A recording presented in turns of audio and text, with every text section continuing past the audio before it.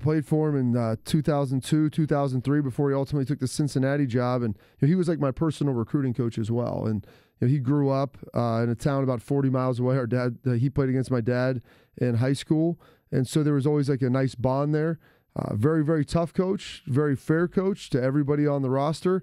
And I said this, earlier on my local radio show. I owe a lot of my professional development in football and skill development to him, but then also my development as a man, because he was relentless in what his expectations were.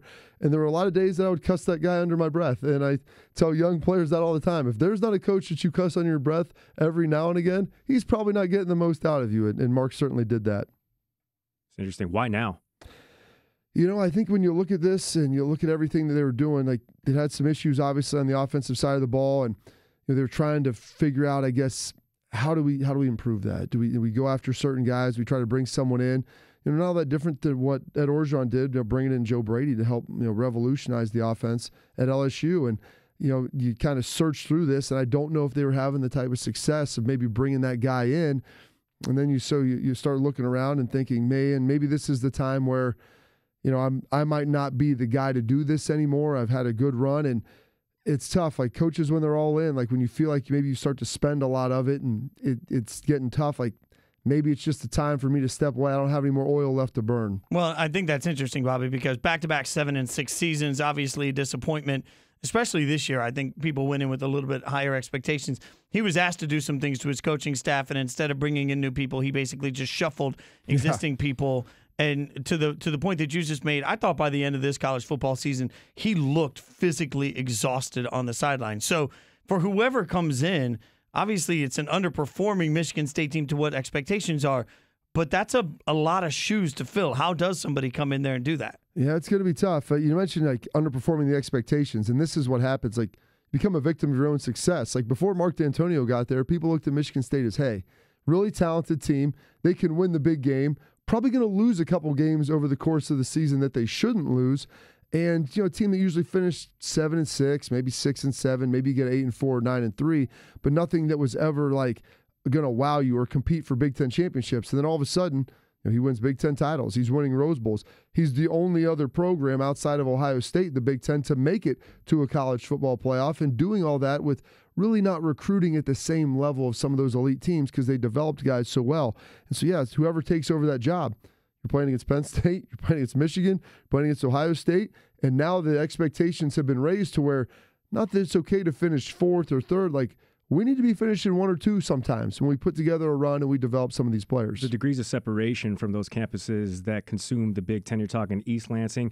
The Detroit Free Press is saying that the administration has their eyes on Luke Fickell, who's done fantastically his last 3 seasons at Cincinnati. You're saying that makes a lot of sense. If that's the route that they go again, that's just the Detroit Free Press just now. So 2 guys that people have kind of looked at, Pat Narduzzi, who is at University of Pittsburgh, and he was the former defensive coordinator for him at Cincinnati and then also at Michigan State. And, when he left a couple years ago, that's when the defense kind of started to take a little bit of a step back because he was just so good. So good. So I think he's a guy that's similar to Mark that would be able to come in there and pick this thing up and move it. But that's if he wants to leave Pitt, and he's had some success there as well. But you mentioned Luke Fickell. Like both of them were on the staff at Ohio State together early on. Very similar personalities.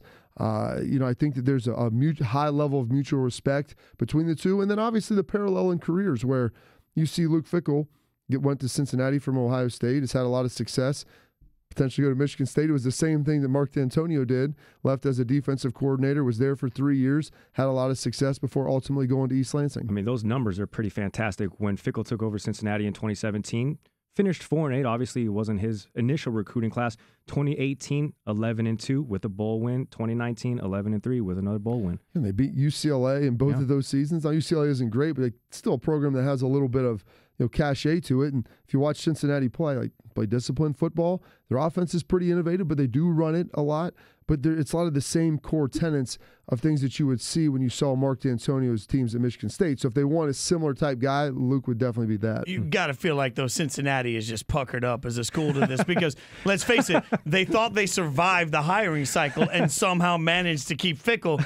And I mean, 11-3 for Cincinnati this year, that's darn good, right? I mean, that's just when you look at their level of success this year. was far better. I mean, they're on the rise as a program. I'm just saying that they got to be concerned. Absolutely. And like you said, they survived it. And I think Luke, he has 6 kids. They're in the Cincinnati area. I know his wife likes it there. They're both from Ohio. It's close. His family, he's originally from Columbus. So, there's the proximity for help and all these things. Like, I think it was more about quality of life. And he just wasn't going to take another job just to get out of there, just because it may have been a little sexier, I guess, initially. He wanted to be taking the right job. And I think this could be that right job for him. Real quick before we let you go, when you look at what's next for Michigan State, what should the expectation be moving forward? I think, they've obviously had a little bit of a down cycle. Recruiting hasn't been quite as good. But I think coming in for the next coach, 8-4 is probably where you need to be. 9-3, I think, is good. A 10-win season at Michigan State is what I think the expectation is on a high note. What's up? Thank you so much for watching ESPN on YouTube. Don't forget to download the ESPN app. And if you want more premium content, which you do, make sure that you subscribe to ESPN+. See you soon.